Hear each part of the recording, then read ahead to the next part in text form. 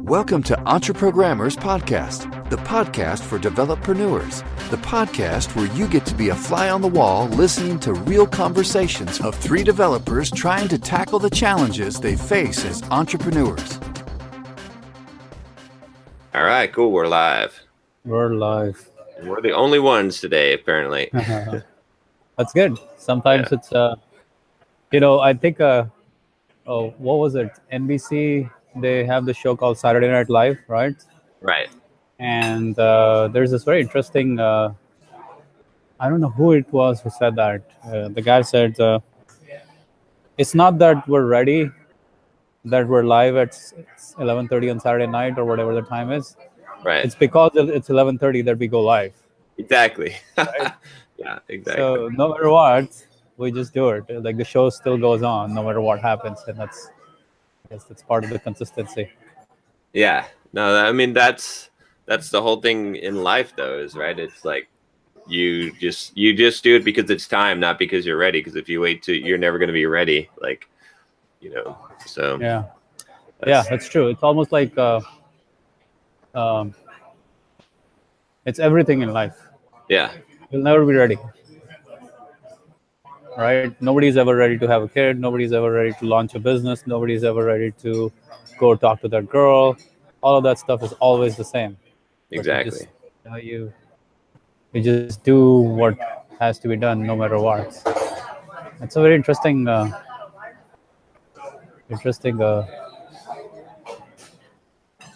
paradigm that because all our life we have been like trained to be the best, right? To get ready all the time, to give your very best, get ready for the test, get ready for this, get ready for that. Where it's like, this doesn't work like that, or parts of life don't work like that. No, yeah. When the barbarians are at your gates, it's good if you trained ahead of time, but when it's time to fight, it's time to fight, right? It's like you don't have a choice.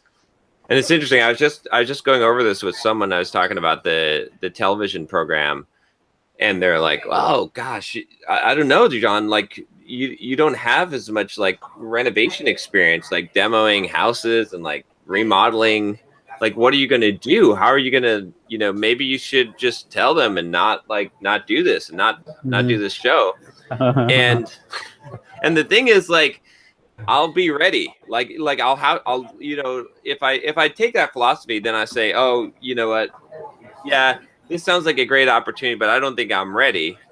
Then what was it going to come around again? Am I going to get a chance to host no, it's not going to come around again. I'm not going to be and when will I be ready? Like, what will happen is I commit to it, and then I'll have to be ready. When the show starts, I'll have to I'll have to buy some books. I'll have to learn. I'll have to go and do some projects. I'll have to make sure that I'm ready so that I can succeed.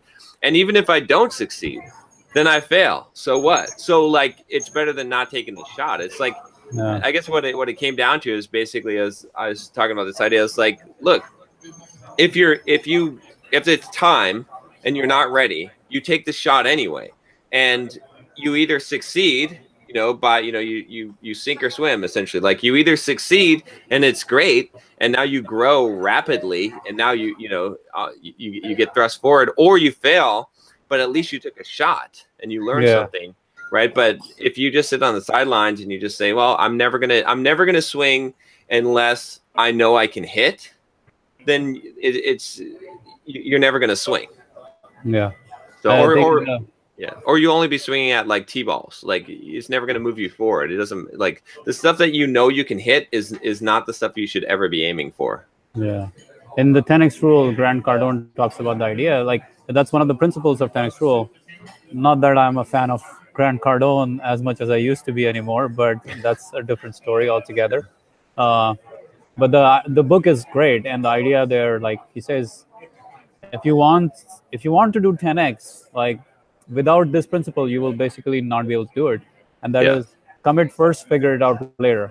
Because you could wait to figure it out forever, but you got to commit first and figure it out later. Most people in life want to commit after. Yeah. Figure out first. I think, and all of us, like I've been there, and I do that again and again. Sometimes there are so many blind spots that I don't even know I'm doing that in certain parts of life. So that's like a great reminder every fucking time that I got to commit first, figure it out later. Commit first, figure it out later. Yeah, it's exactly right. There's like a Ralph Waldo Emerson quote that's like, what is it? Shit, it's like something about the universe moving to you, like, yeah. Well, until you commit, like there's nothing. But once you commit, Providence moves too, and yeah, that's it. I think it's Goethe, not Emerson. Yeah. I think it's attributed to Emerson for some reason in popular folklore, but it's actually Goethe who actually Goethe or whatever Goethe, whatever you want to call him. He's the one who said it.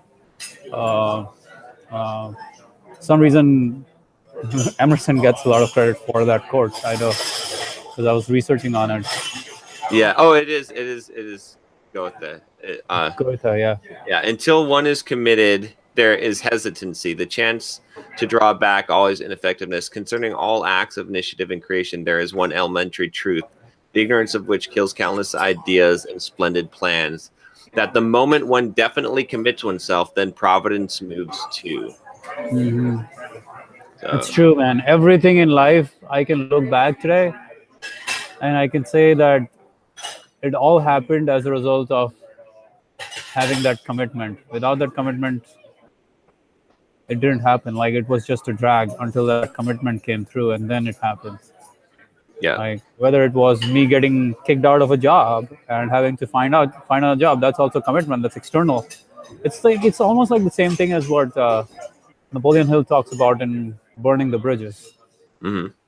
You know, you got to burn the boats, you got to burn the bridges in order to take the island.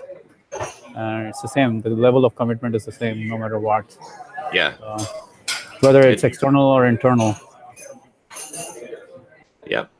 I always like to say, "Fuck it, I'm doing it." Yeah. But okay, yeah, you figure out the way. So. Yeah. So commit first. I think it should be a motto I should incorporate in my 100 principles to live by.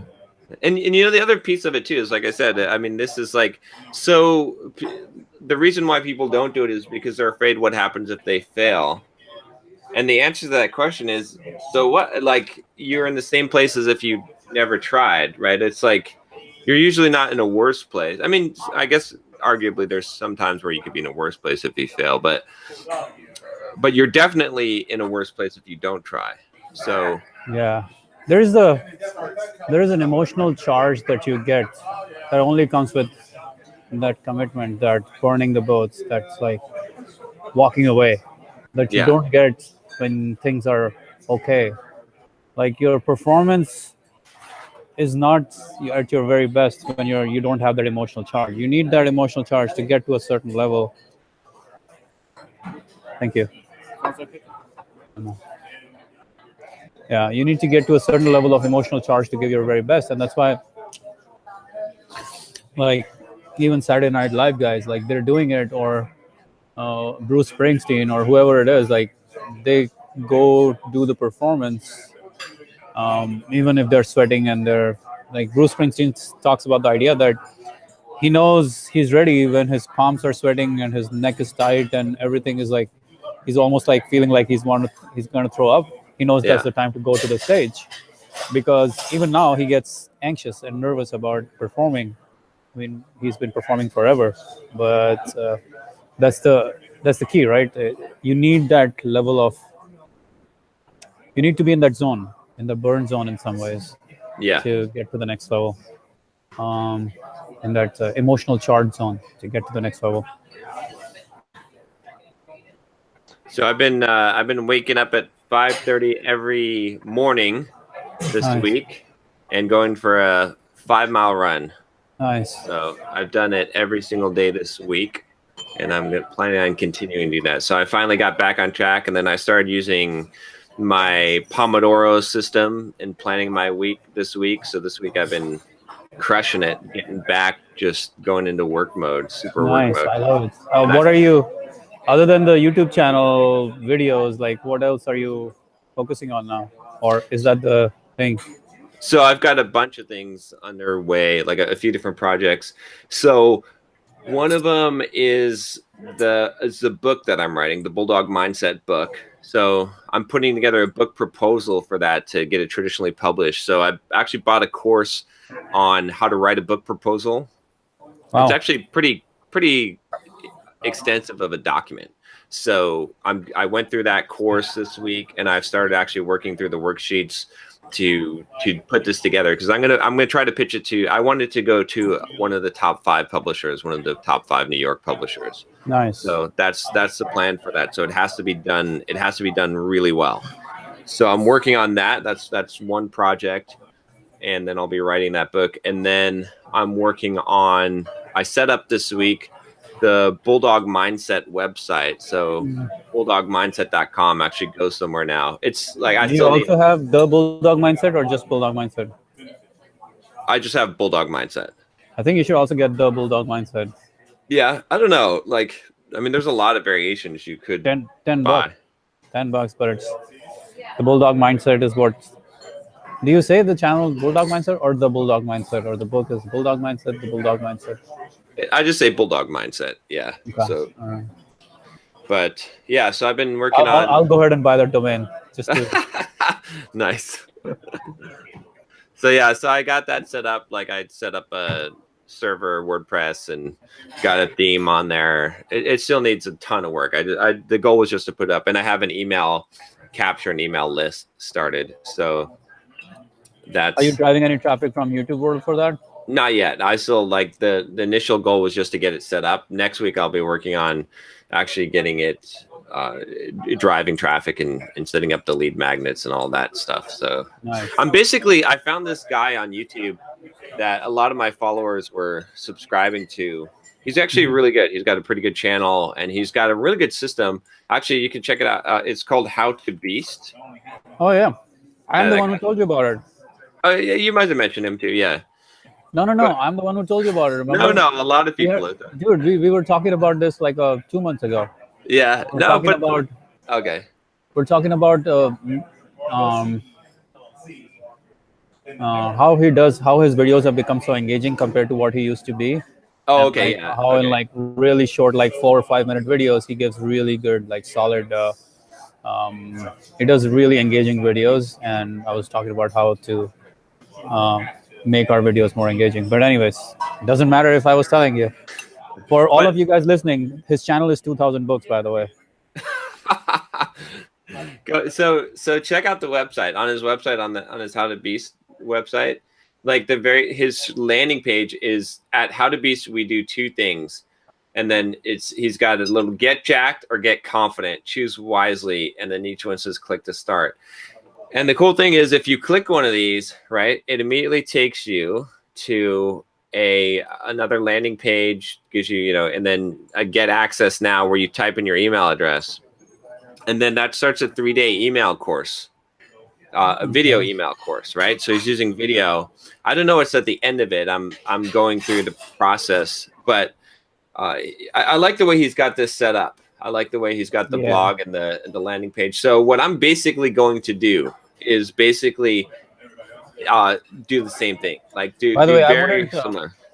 I wouldn't trust his marketing skills as much as I trust his video skills, because I don't really know how much he makes in the business per se. I do know his video engagement skills are awesome, but having seen some of his videos, I'm not convinced that he makes so much money.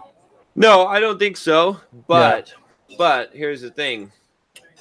The way that it's set up with this funnel is good. Right now, whether he's selling something well on the end of the funnel, I don't know. Right. But this is a pretty good. This is basically what I wanted to do, or what I want to do. So I'm basically gonna do something very similar to what he's doing here. So yeah, so that's the goal, is basically to get that set up, and then I'm trying to think what else I've been working on. That's pretty much the main thing. There's like a few other things. Oh, what I'm also doing? I'm revamping the YouTube channel. Obviously, with the rebranding and everything, but I'm also going through and on my Trello board for my YouTube videos, I'm planning them out better. So I'm doing more videos that are like 5 ways to X, right? So I've got a video planned out on 5 ways to get out of debt. And I've got 5 points in there that I've already like kind of typed out. And so when I do the video, it won't be reading a script, but I'll have like a more concrete, like I'll have more of a goal of the video for these videos. So I've got a few of those where I've kind of teed that up. So I'm kind of refining the process so that the video is more geared towards what the title is going to be and what it's going to be conveying rather than just a random video. So I'm going to be working on that process and just trying to improve the video content that way. So nice. So video and book basically on the website as well. So there's a lot now. It's almost like a new. I'm sure you'll get a lot of email traffic pretty quickly because of your channel. Yeah. I'll eventually, once I have the website up and I've got a good lead magnet on there, then I'll start converting over all the links on YouTube to that, and then that's basically the plan right now. So I did a survey of my audience for the productivity course. Like, 2 winners. Actually, these are the funny thing is, all along I knew these were the biggest titles. Okay. But I wanted to get like a more sample space, so I kept on like creating more titles, and it's amazing. Like I basically got the same feedback that I knew all along, which is kind of crazy, right? So the 2 things that I got were 10-step process to double your productivity by 5 p.m. tomorrow. Okay. Tomorrow, not today. Tomorrow. Right. Yeah, I like that. It all starts tonight. And the other one is never procrastinate again. 10 strategies to kill procrastination. Okay, I like it. Yeah. So both of those are going to go in now as products pretty soon. I was thinking of one, but both are going to go in, and they're also going to be like part of the upsell we do with the productivity launch. Yeah. The productivity promotion. So I'm excited about that. So I told you guys about the screw up that Focus at Will guys had with the info product, right? Stupidity. Oh, where they only sold like $3,000 worth. What the hell? How does that even happen? Like what? Let me send you the link to his thing. Don't say the name out loud because I don't want the guy to feel bad if he's watching. But just take a look at the sales page, and you'll know exactly why it didn't sell at all. Like literally, when I looked at the sales page, I was like, "What the fuck is this? Like, how do you sell this? How can you ever sell something like that, right?" Yeah. But the thing is, I'm pretty sure the guy sells it to his list, because when it's selling it to your list, sales fit doesn't matter as much. Yeah. As we learned the hard way. Well, exactly.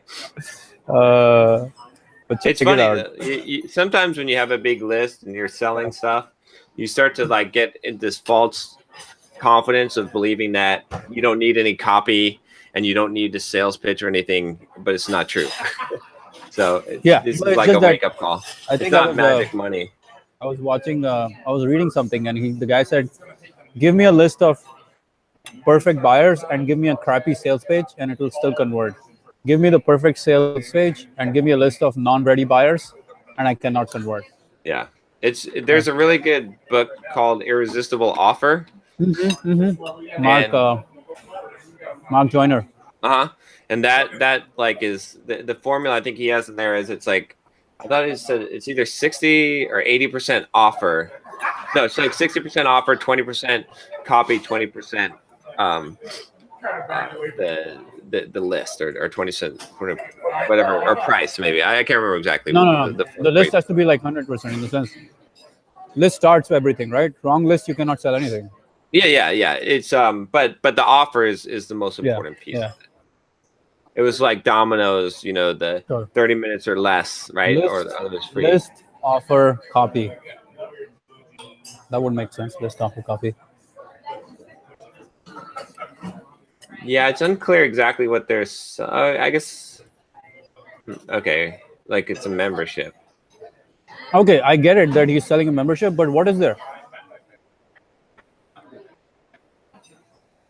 It's not results oriented, unfortunately. There's Like nothing on it. Like, the problem is it's like it's not telling you what you're going to get results wise. It's telling you, like, if you're familiar with this product and Guy. this person, yeah. then you want this stuff. But if Yeah. you're not, then you need to know what results you're getting. It's not selling results. Not only, I don't even know what's in the membership area. All it says is step-by-step videos, exclusive interviews, custom coaching. But it doesn't say what is in there. It talks about the bonuses. It talks about everything, but what the hell is that thing? Yeah. Testimonials, FAQs. Yeah, it's got like the bullets of it because it's like, or you know. Where are you the got bullets? I don't videos. see it. Well, Where are the bullets? it's boxes. You see, it's Yeah, like but where are they? Which videos, ones? interviews, coaching, content, progress tracking. But what But the that's fuck not- does that actually mean, right? But Yes. it's not bullets. Like when we talk bullets, we're talking specific benefits, right? Right, exactly. These are feature sets. These are Or features. These are not even features. These are like crappier than features. It's like me saying, hey, Yeah. you get 10 hours of video on a Teachable platform, not WordPress platform.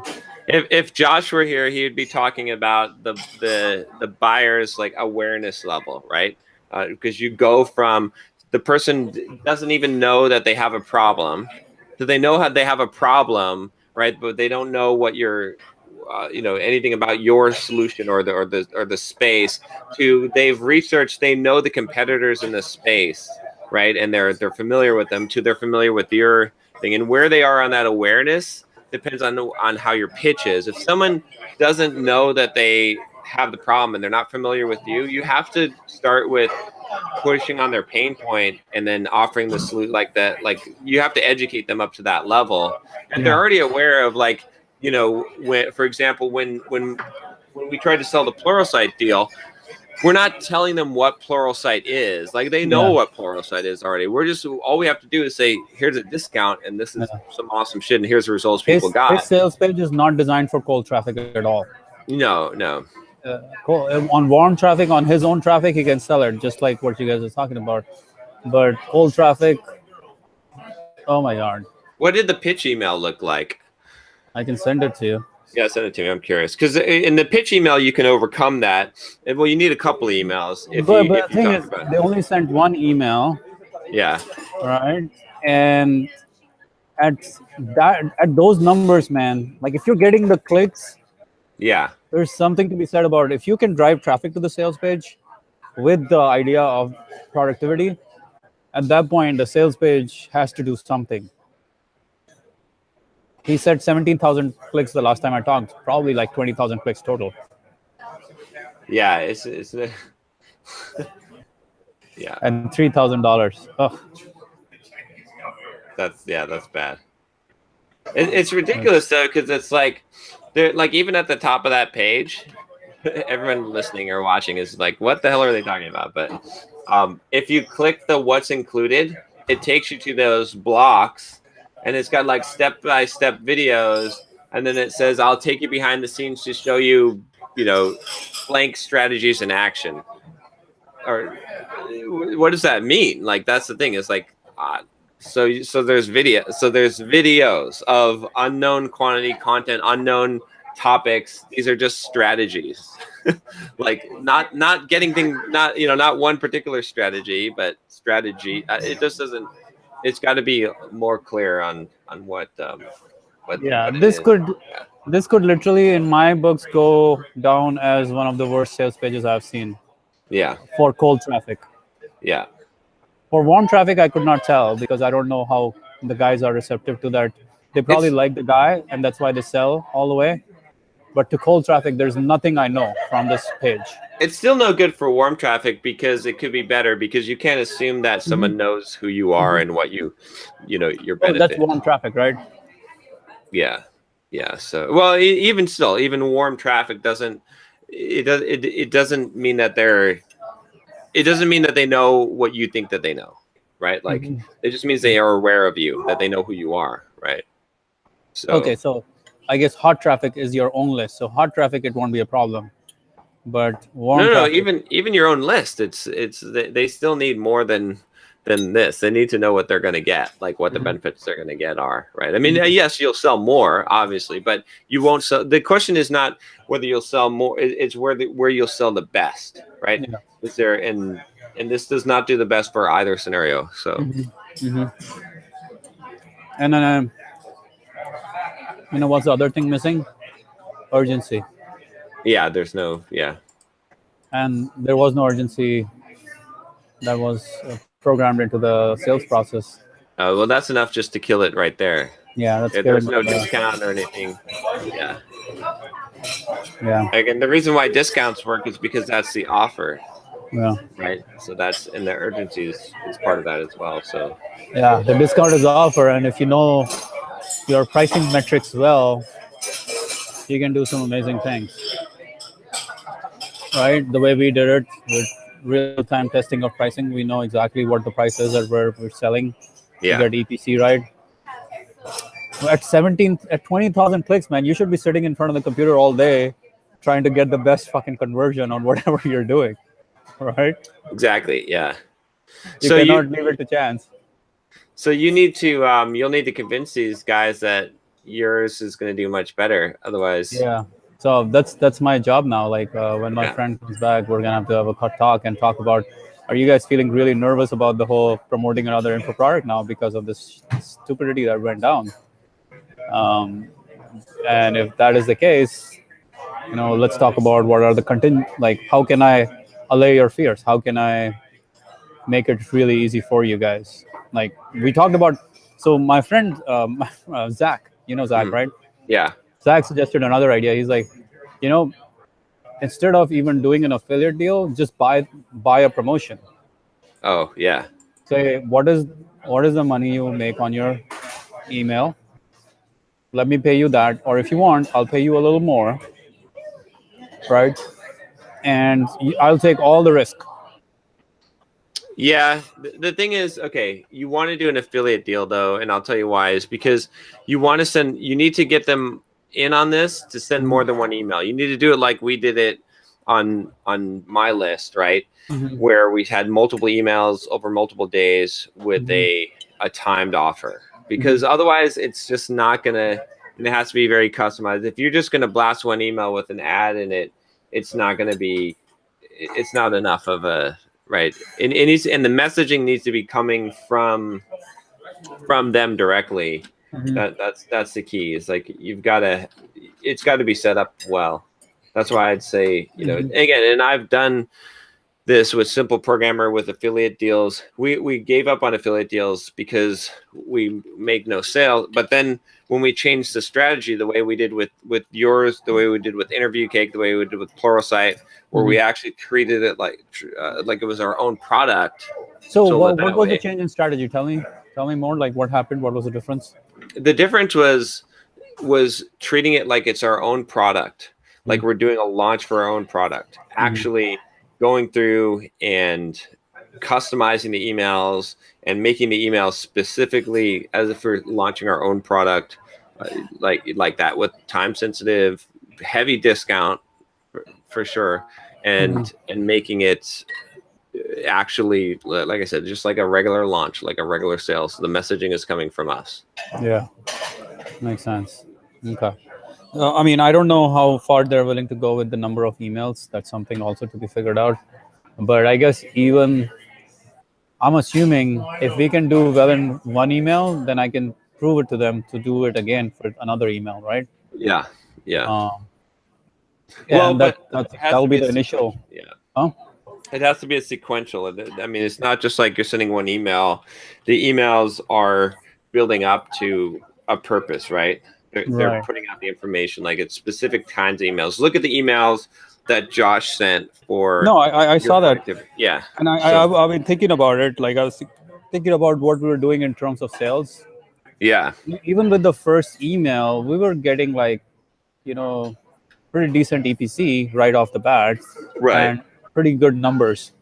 So if these guys are not open to sending multiple emails, all I need to do is make sure in the one email that they send out, You crafted build in like that enough one. urgency that the offer ends tonight, not tomorrow, Right. so that we get the maximum EPC, and then the likelihood of doing the promotion again goes up because now we got max EPC out of the offer. Right. Exactly. Right. So I don't know if I can convince them right away to send multiple emails, but if the first email we can convert even at like, given he got like 15 cents a click, the other guy. Right. So Okay. I'm pretty sure if I get even like $1 or $2 per click, we're pretty much golden. 15% per click is the revenue, not Yeah. the split. That's horrible. All right. An ad, just a regular display ad, would do better than that. Much better than that. It was brutal. Yeah. So if I can convince them that instead of 15 we can get $1.50, that's 10x right there. And Oh, yeah. I'm pretty sure we can do better than that, but that's like 30K right there. So if they can generate that with one email, now we can go back again and again and say, hey man, we did it, let's mail it out to the ones who didn't buy, Yeah. or mail it to the ones who didn't click, or blah blah blah. It's like, I don't know if they'll do multiple emails, which is cool. Like let them just mail it out and see what happens. Yeah, I mean, yeah, definitely just craft it as if they're going to be multiple emails. Just basically copy Josh's template, and you're going to succeed because we know that already works, right? Yeah. So just do that. I mean, you'll have to make some modifications to it, but Yeah. So I'll basically, I'm kind of, I'm kind of nervous about the whole thing because of that stupidity now, as to how it will play out. you So have to commit. Yeah, you're right. I was actually just gonna say, how much promotion should I do for them, given that I don't know how it's gonna play out? Should I commit or not to this? But you just said what was on my mind right away. If it crash and burn. That's the All thing. right. I 'Cause, have you this know- analogy of like, the thing is like, it's such a weird element of human psychology, right? I remember when I was a kid, there was this like ditch that we used to, that like in the building area where we used to play around. There was like this forest and there was like this graveyard and stuff. And we used to always like go over there and tool around in the forest, right? And there was this big ass ditch. It was like this 6-foot ditch, right? That they had put there. And sometimes there'd be some wooden planks and stuff where you could cross it, but most of the time there'd be nothing there. And it's funny, like you'd have to really run and jump to make it. Like you could make it, right? If you ran and jump. But what would happen, like, is you would go a lot of times and you'd go and you'd start running really hard. And then as you get closer to the edge of the ditch, you'd actually like start to slow down so that you're not running as hard as you can, and then jump and you fall right in the fucking ditch, right? And so it was like there was two sensible choices to make. One of them is, if you're going to run at the ditch and you're not going to go full speed, then just stop. Don't jump. Like only jump if you're going full speed, right? Or just fucking run as hard as you can. Don't care whether you're going to make it or not, and jump. Yeah. And that's going to give you the best chance of crossing the ditch. Maybe you won't make it. Maybe you won't. But the alternative is stupid. To like stutter step at the end is the guaranteed worst way to. But we go through life doing that all the time. All the time we do that, right? Instead of just going full bore. If we think we might not be able to make it, we let off the thrust. Whereas we should just be going full thrust, and then fuck, whatever happens, happens. If we fall in the ditch, we fall in the ditch. But or don't do it at all. It's like, but that's I don't know. That's how we are wired. Yeah, that's so true. Shit, I've been like dilly-dallying on both of these promotions, not giving my 100% to promoting the product per se, because I don't know what will get them to. Well, in this case, in Focus at Will case, I actually know what will get them to convert, right? What will get them to say yes, in the sense, I used to know, but after this stupid promotion, I don't know what will happen. So I need to talk to my friend who comes back next week. But with Freedom, I'm still in the very early phases, which I'm like not clear how it'll all work out. So like part of me is like, should I spend all this time and commit all this time on like trying to build a relationship, promote their product. I believe in both the products. I think they're amazing products for productivity. I just don't know if I can. I just don't know if I should spend all the time and energy on promoting them and not knowing whether this will come out or not.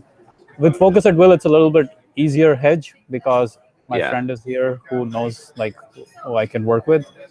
But the others, like, I have no idea. Yeah, well, again, I think it just comes down to either you're giving the effort or you're not. Yeah. Right? So make the choice. Yeah, I mean that's where we're talking about the, is that a good strategy or a bad strategy? Is that a strategy that I should go after, or should I go after something else? Because time is money, right? So should I be spending time on that, or should I be spending time on something else that could return better results? Yeah. If you go for it, then go for it all the way. If you don't, then don't go for it. That's fair.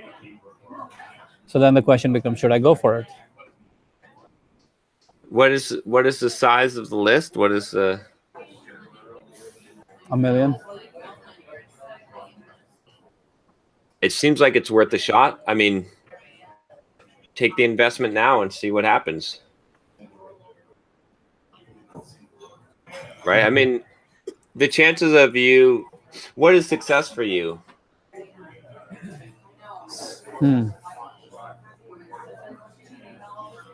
Success for me is actually... okay, in this case, it will have to be... Because there's so many different ways to measure it now. It could be that they feel it was a worthy promotion. Okay, I would define it. What about defining it in terms of if you can just get them to do the mailing, that's success for you? Fair. Because that's what you can like. I mean, well, ultimately, I guess you can't really even control that, but that's a good. That's still success, right? That's like something that's what all your efforts that you'd be working towards would be trying to achieve. Yeah, that's true. I mean, ultimately, that's the starting point of this effort. If we can get that, then the results will come. And how much effort do you believe that you'll have to put in order to get that result? And what's the probability of you getting that result? Yeah, that's the challenge, right? Because I don't know when they will say yes or how they will say yes or how it will all work out, right? This is relationship building. This is affiliate relationships. We just don't know how these things will work out. How much time did it take for me to work with you guys, for you guys to say yes? It's very relative, right? It took a while, or did it say it took a day? Right? We could, all of the above are true. So, okay, here's two more questions. How much do you think that this will move the needle if you achieve success for your business? Huge. Like if this were to work, if they did mail out to their list, this could be a 6-figure day. Okay, so remember Chet's Ultimate Sales Machine, right? The Ultimate Sales Machine book. Yeah. Remember we said like your top 100? Yeah, they're in the top 100. They're in the top 10 right now. Okay, so now the next question is, if you gave it everything you could, do you believe that you could get them to mail to their list? With Focus at Will, yeah. With Freedom, I don't know because they've never done it before. If you've employed every networking, relationship building, seduction strategy that you can from your arsenal, do you believe that you can get them to mail it? Like, yeah, I mean, when I talked to the VP there, he was open to the idea. He did not just say, "Oh no, we don't do this kind of stuff." When I shared the numbers with him and I said, "This is what we are able to do," like, "Hey, interesting. Yeah, let's explore this further."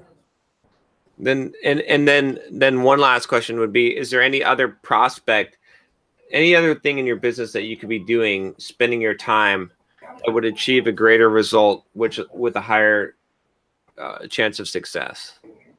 Nothing that I can see right now. But in this right now, the highest point of return in my business is any kind of affiliate deal we could do. Right. Because it's huge.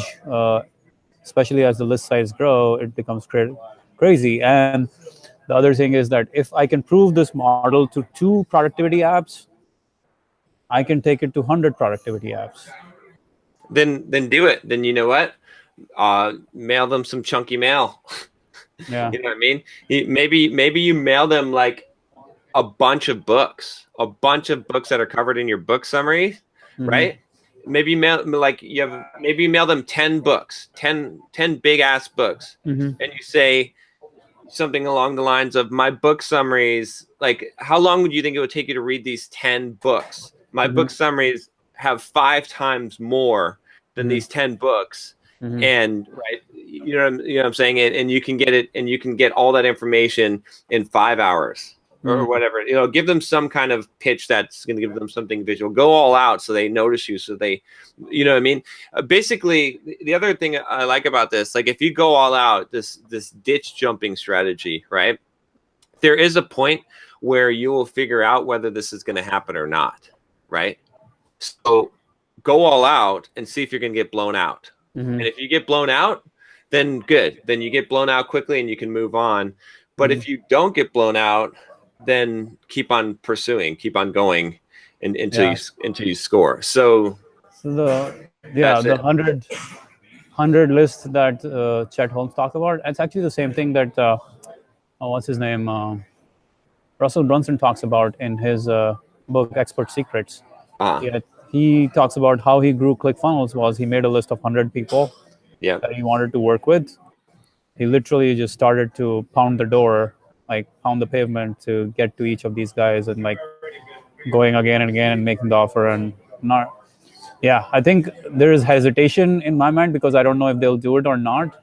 But I feel like until one is committed, there's hesitation. Exactly. If you just commit to going all out on this, putting your whole reputation on the line, that you can convince them to do this, right? That's what you have to do in your head. And Nathan Barry did the same thing with ConvertKit, right? Right. That was the same strategy. So we know. What do you mean? What was the strategy? He made his list and he was just knocking on doors. That's how he got Pat Flynn, and he got a bunch of big clients by calling them up and basically like courting them until he got his big deal list. So Dream 100. Yeah. I should work with Dream 10 right now. Yeah, Dream 10. That's what you want, is your Dream 10. Okay. Yeah, I guess I should make a list of Dream 5 or Dream 10 and go whole hog on them and just do whatever I need to get this to work. And that's going to be my only, like, we talk about in good to great or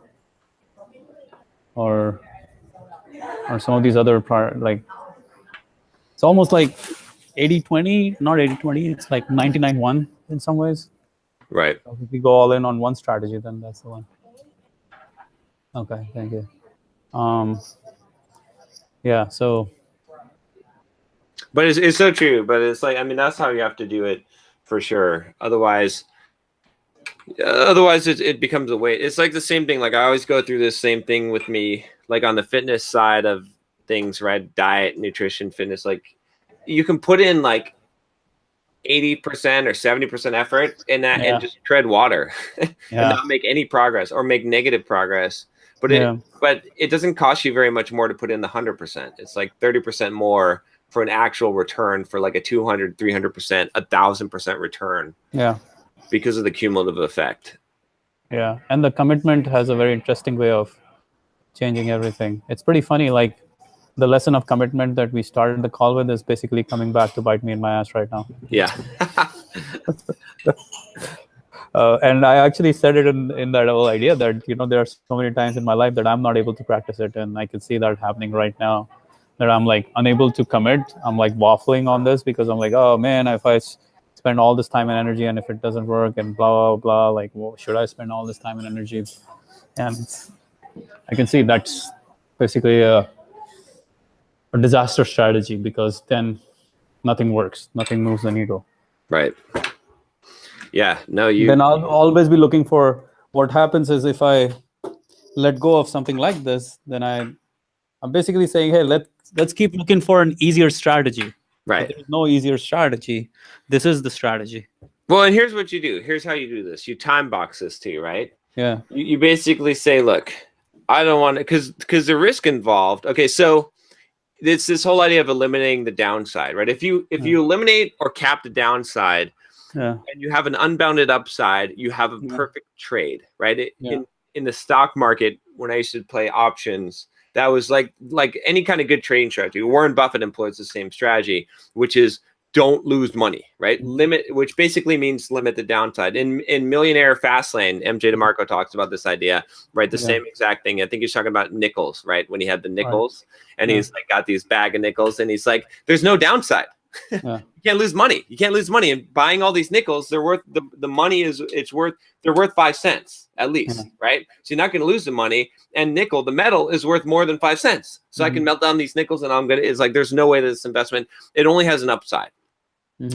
So if you can eliminate downside when you trade, like doing stock trading, you hedge the downside so that the only potential for the trade is to go up. Right, it might not do anything, but you can't lose money. So those are perfect. Any kind I can get into a real estate deal, any kind of investment where there's no downside. There's like getting a lien on a property, for instance, when you buy a property, you take back a loan, right, or you invest money, but you've got the first position lien, and the property is worth more than you've lent. No downside, only upside.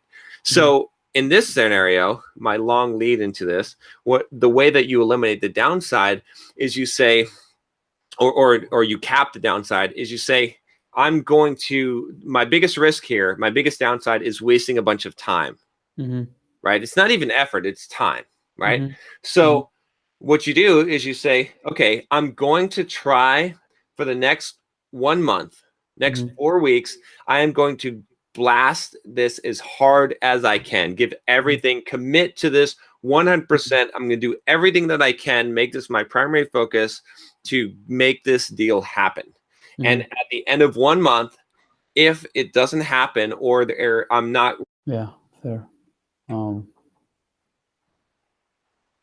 Though I'm concerned that 1 month might not be enough time to make it work for something like this, given the magnitude of the deal as well. Well, I don't know. Give it your full effort for a month. Yeah. Right. And then at the end of the month, you can reevaluate. But that's the thing, is like, so, you're looking at your position at the end of the month. Where are you? Did you move the needle? Is it moving in the direction you need to move? Is it worth investing more? But the thing is, the reason why you cap it is so that you can commit fully and give it your full effort, right, for that 1 month period. If you don't cap it, then it's like, you don't know how much time it's going to drain and how much effort. But if you cap and you say, okay, I'm not going to care about the results. I'm only going to focus on doing this. I've committed to this for 1 month, and then I'm going to evaluate the results after that. Then it's the same thing. Like if, a lot of times when I would coach someone on a diet or fitness program, I would say, just commit, like, you're just going to do this for 2 months. This is what you're going to do. You're going to eat this, you're going to run, you're going to lift weights, you're going to do this for 2 months. You're not going to look in the mirror. You're not going to look at the progress. You're not going to care. At the end of 2 months, let's see where you are. Let's see what your progress, like, just commit to doing it, right? It's the whole trusting the process thing. Because if you start looking at the scale every day, you're going to get discouraged. So a lot of people. So instead, you're just focusing on just saying, I'm just going to do it. Just going to do this. And then we'll reevaluate at the end. Yeah.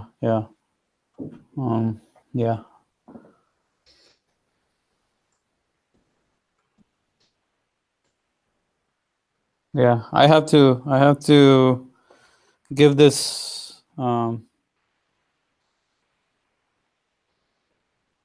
pretty solid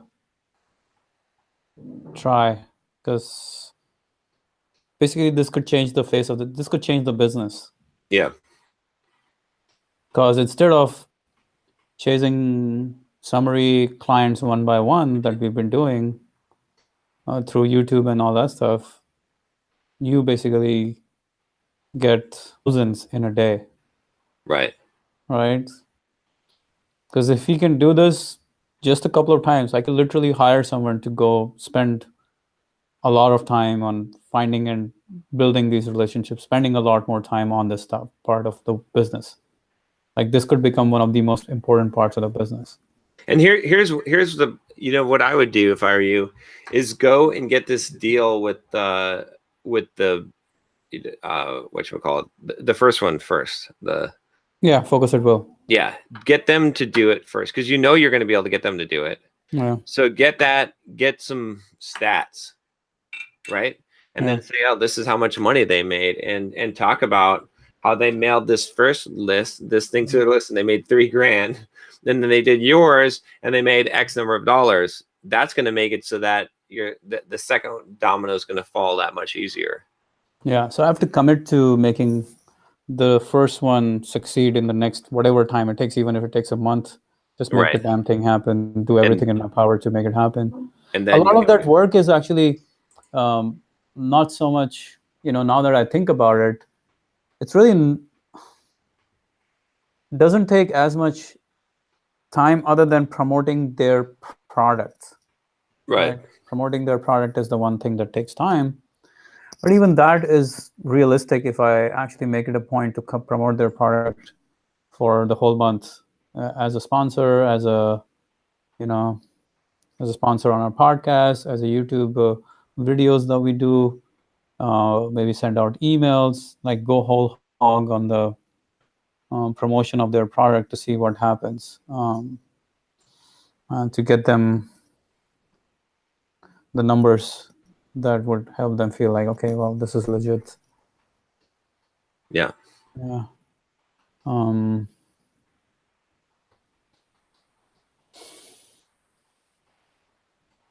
Yeah, I need to commit. I need to commit to the strategy all the way. Dream 100 commit.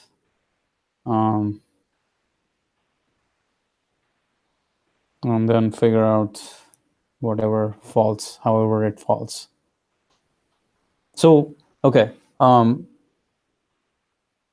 do you go about, should I even worry about right now, like making a list of any more Dream 100, or just focus on whatever I have in my pipeline and just make this happen with the ones that I have now that I'm trying to get this Dream 100 strategy to work?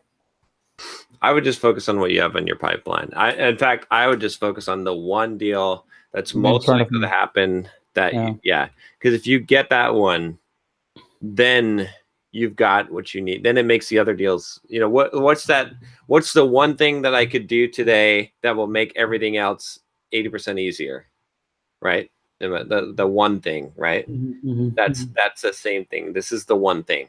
Mm-hmm. Yeah.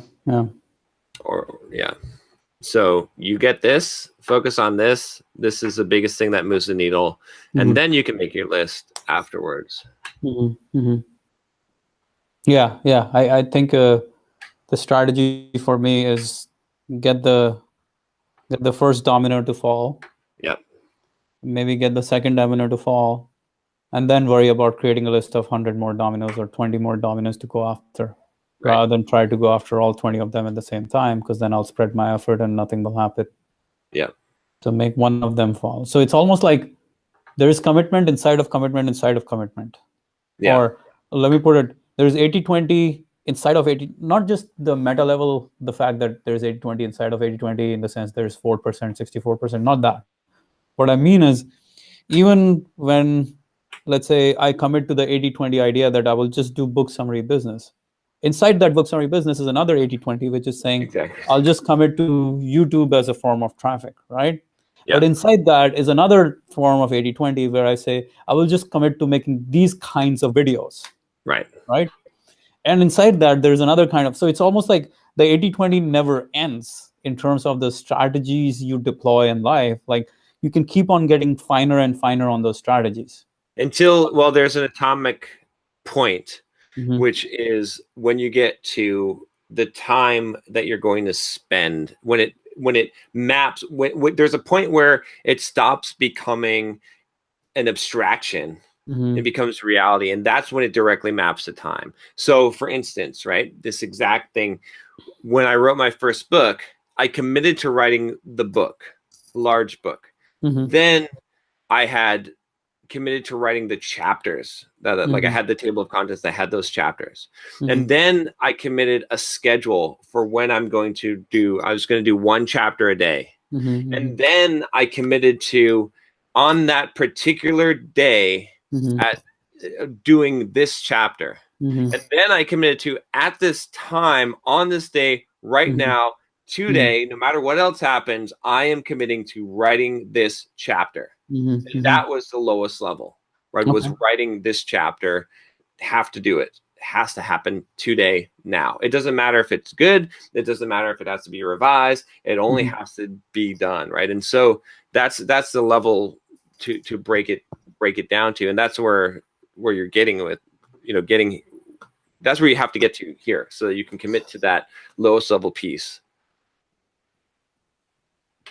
So the question then becomes, what do you have to do today, right? The thing with something like this is that every day it changes because you're getting feedback from the other side, right? Your path could deviate. It's not like writing a book where you say, I'll write the book, no matter what happens, irrespective, I will do the typing, right? With writing a book, it's a very one person, like inward driven process in some ways, or it's a lead. There are only lead metrics there because you are writing a book. Here, what happens is you do something, they do something, and now your path changes because of what they did. Well, that's yes and no. I think at the highest level, that's the reactive approach. But the responsive approach says this, right? Because I work responsive or proactive. The responsive or proactive. I would say it's the same in this case. So, like, take the way I do my productivity, right, with my weekly plan. So the way it works like this is Monday morning, the first task that I have is to plan out my entire week. So I take all the cards that I have of the stuff that I have in my next week column, and I put them out, and I look at my calendar and look at how many Pomodori I can accomplish per day, and I plan it out, and I calculate how many Pomodori every one of those things is going to take, and I put it Monday, Tuesday, Wednesday, Thursday, Friday, and have that all on the board. Okay. Then the next task is for that day.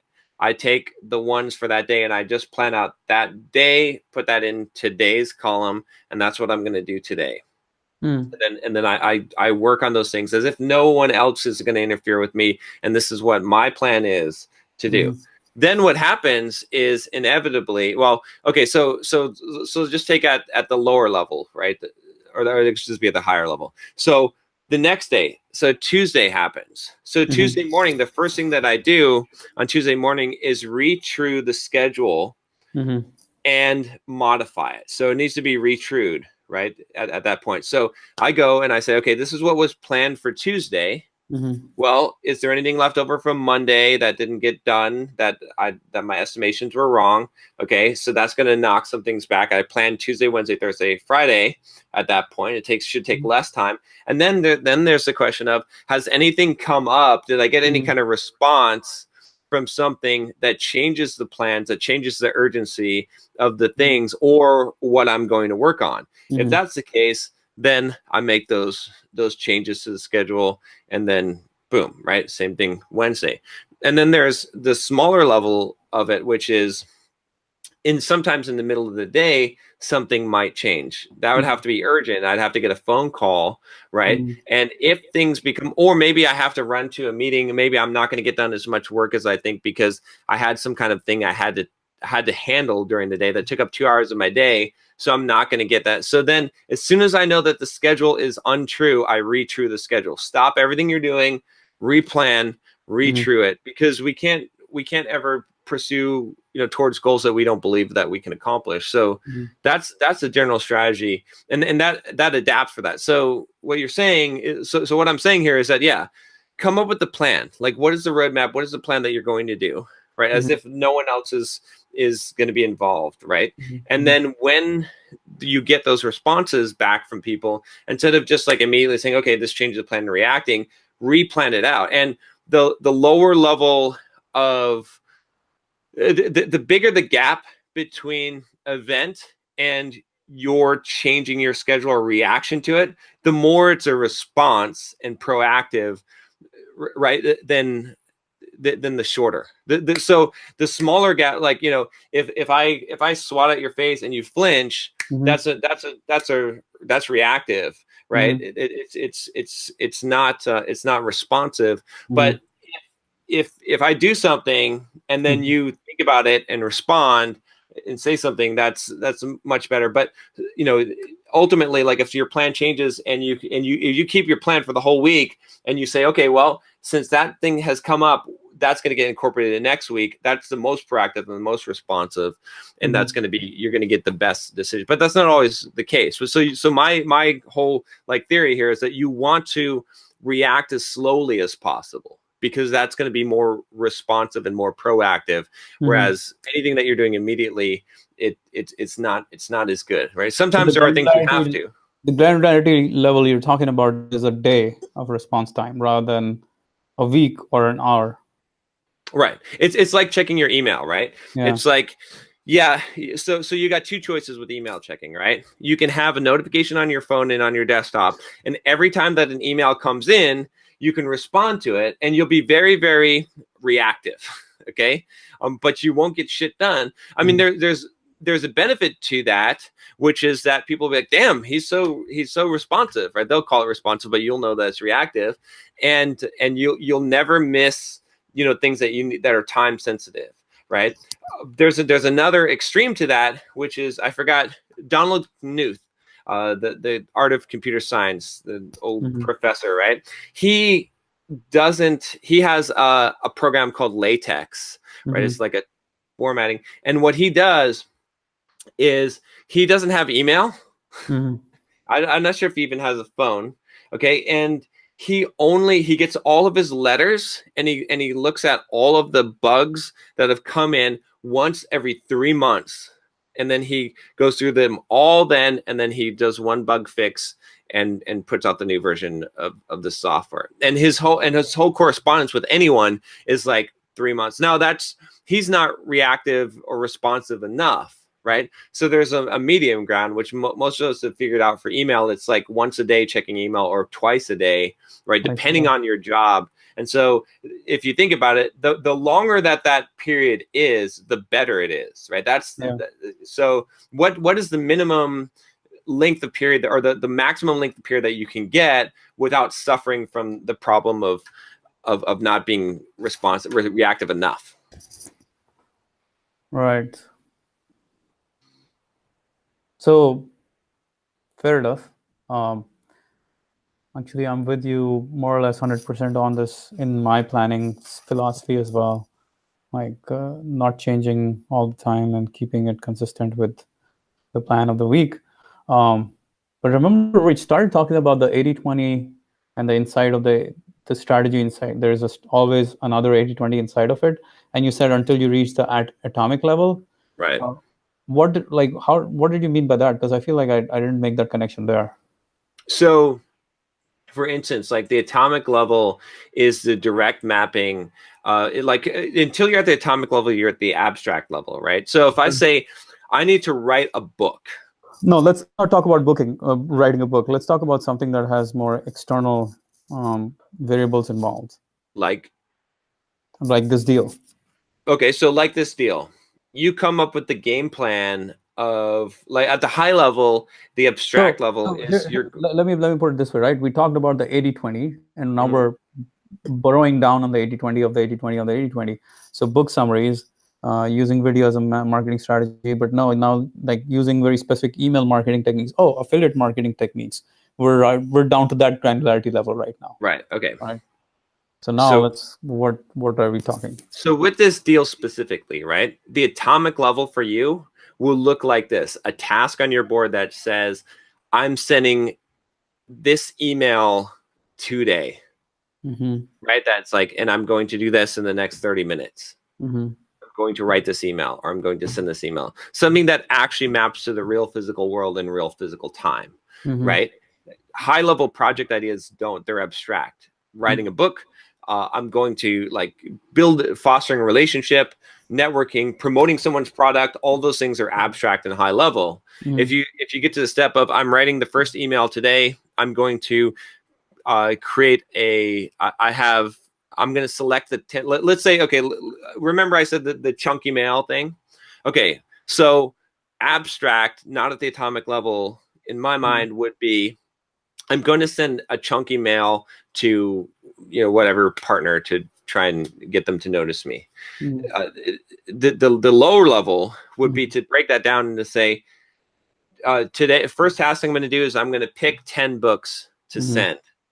Second task I'm going to do is I'm going to purchase those books or figure out how that I'm going to mail them. What is the solution that I'm going to use for doing this mailing process? And then the third one will be, I will actually mail these out. And the thing is, like, you might not know what the third one is until you finish the second one, because it's still abstract. But the first one and the second one are no longer abstract. They're concrete. They're at the lowest level because they map to direct physical time. You can say, in the next half hour, in 1 half hour, I'm going to pick 10 books, right? You can actually do that, and you can actually. This thing just gave me an idea for a video for my sales page. Like, I should literally put a box in front of me and say, all right, let's open let me tell you what you're going to get in this program, and everything is in this box, and then literally pull one book out of the other and talk about that book for like 10 seconds, and then keep pulling books out of it and make a pile of it and say, this is exactly what you're getting in this program. Right. Oh, and it'd be awesome even to say, like, so that it's less of a pitch, is to be like, to pull out the books one by one and be like, okay, you really need to read this book, because this is like, this book contains this information, this is going to teach you this. So make sure you read this book. Okay, we'll put this one here, pull out this book, like, oh yeah. And don't forget this book, because if you really want to become productive, you're going to need to know this strategy, because he talks about this, blah, blah, blah. Boom, pull that one out. And then you've got this whole pile. And then you're like, but how much you're going to read all these books? Like, you really, I'm trying to narrow it down. So I'm just like, but you got to read all of these books. And then now you've got your solution, for it. I know you don't have the time, and now you can pitch your actual thing. That's pretty awesome. I think I can find a way to get all 50 of those books delivered. I probably have half of them in some format, in like paperback format at home, but. So do you know the story of how I got the foreword for my book from Bob Martin? Who's Bob Martin? He's a famous software developer who invented or was one of the founders of Agile. Okay. Okay, so the full story is like in the actual foreword for soft skills. I don't know if I gave you a copy or not, but I'll give you a copy if you don't have one. But here's a short. Oh yeah, so you should read it. Okay, so but here's a short version of the story. I needed a forward. The publisher told me, okay, we're ready. We're going to press. It looks like you don't have a forward for the book. So we're just going to print it without the forward. And I was like, wait a minute. You didn't tell me, like, we don't have time. Like, I need to get a forward for the book. I really want to get a forward. I thought I was going to have time to do this. Like, well, you have to do it in 1 week. Otherwise, and I don't think that's going to happen. And they're like, and you want Bob Martin, like one of the most famous software developers, to write the forward. It's not going to happen. I was like, no, give me the week. Right. And so, in fact, it wasn't a week. It was 3 days. They said, you got to get it in 3 days. Right. And so I emailed Bob, and I sent this email asking him to write the forward, sent him, a copy like of the book, a bunch of Word documents, all the chapters that I had for the book. And I was like, I know you don't really have time to read this, and this is really short notice, and apologize, but I really wanted to get the forward from you. I highly respect you. You're, my mentor in software development. And he basically sent back a response like, I'm not going to have time. There's no way. And it's kind of like to ask me at this, like, to do something in 3 days, this is there. Yeah, there's no way. I'm flying to London tomorrow to give a workshop. I'm just not, there's no way I would even have time.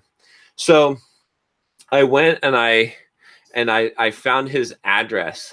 I looked up his address. Oh, and later on I figured out, I was like, oh shit, on Skype it told me it was his birthday. So on his birthday, I had asked him this request. Didn't even say happy birthday, right? So I'd like text him on Skype. I'm like, oh, by the way, or I sent another email. I was like, oh, by the way, happy birthday.